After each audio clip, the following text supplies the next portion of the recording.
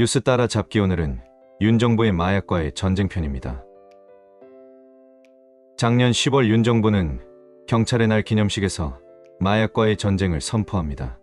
그리고 이어지는 국정과제 점검회의에서 경찰의 부담을 덜어준다며 검사들을 투입하겠다는 발언에 이어 한동훈 법무부 장관이 나서서 강력한 마약과의 전쟁 선포를 재확인합니다. 그런데 이때 우연히도 원시 부족 사회나 일어날 법한 이태원 참사가 벌어집니다. 위험을 감지한 행사 참석자들은 수차례에 걸쳐 경찰에 신고했으나 마치 누구의 지시라도 받은 것처럼 경찰은 출동하지 않았습니다. 더 이상한 건 매년 배치되던 혼잡 경비대가 단 한 명도 배치되지 않고 대신 마약 수사대가 대거 투입되었다고 합니다. 이태원 행사의 마약 수사대 투입을 결정하고 지시한 사람이 혹시 10월 6일 법무부 국정감사에서 한 장관은 무리를 해서라도 이 타이밍을 놓치면 안 된다고 발언합니다. 당시 용산서에서는 강력팀 15명을 배치하려 하였으나 공문이 다시 내려와 50명으로 증원합니다. 그리고 서울청 마수대가 투입된 곳이 사고 난 지역입니다.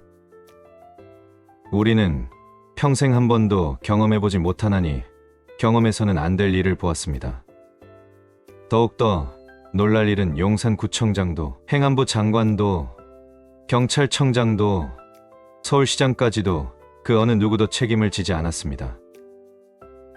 또한 당시 총리는 이태원 참사를 묻는 외신 기자들의 질문에 웃으며 농담까지 하는 인성을 보여주셨습니다. 이 사람들은 전부 다 아직도 35%나 지지하는 윤 정부 사람들입니다. 이 35%의 지지자들은 지금이야말로 보람을 느끼실 것 같습니다. 22년 11월 국회행정안전위원회에서 김광호 서울경찰청장은 질서보다 마약 쪽에 비중을 둔 것이 맞다고 증언합니다. 참사 후 윤 대통령 내외는 합동분향소에 조문을 옵니다. 그런데 분향소에는 참사자들의 이름도 사진도 없습니다.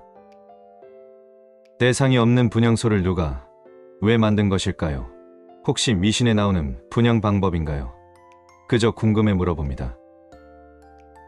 이태원 참사 1주년인 올 11월 누구 나도 작년을 기억할 것입니다. 그래서 이 정부는 마약과의 전쟁은 잘한 것이고 그에 따른 성과를 보여주고 싶었을 것입니다.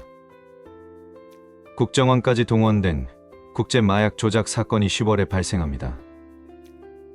기관이 마약 사건을 조작한다는 최초의 사건으로 기록됩니다. 이렇게까지 마약 사범을 만들어서라도 잡아오라는 지시가 있었던 건 아닐 겁니다. 그런데 얼마 후 유명 연예인 2명이 단순 제보로 경찰에 불려옵니다. 이 연예인들 이름은 마치 누가 제보라도 한 것처럼 그 다음날 각 매체에 대서 특필됩니다. 물론 혐의는 마약입니다. 그리고 수차례 정밀 검사가 이루어집니다. 검사 결과는 음성으로 나옵니다. 그래서 다시 검사하고 또 음성, 그래서 다시 또 불러 조사합니다. 이들이 포토라인에 불려올 때 마다각 매스컴들은 미쳐 날뜁니다. 그리고 협의가 없자 개인 신상까지 공격하기 시작합니다. 특히 KBS 낙하산 사장님은 이성균 씨 통화 녹취록을 톱뉴스로 보도합니다. 물론 마약과는 아무런 상관없는 개인 통화 내용입니다. 수준이 진짜로 차고 넘칩니다. 이성균 씨는 자존심이 무척 강한 사람입니다. 그는 죽기보다 포토라인에 서고 싶지 않았을 것입니다. 그래서 경찰에게 협조를 구했고 경찰은 그 협조를 들어줘야 할 의무가 있습니다. 법무부 훈령인 인권보호를 위한 수사공보준 측에도 초상권 보호조치라는 훈령이 존재합니다. 이성균 씨는 이를 요청했고 그렇게 일이 진행되다가 누군가의 지시를 받았는지 결국 이성균 씨는 또다시 포토라인에 서 있었고 10시간이 넘도록 인격 살인을 당했을 것입니다.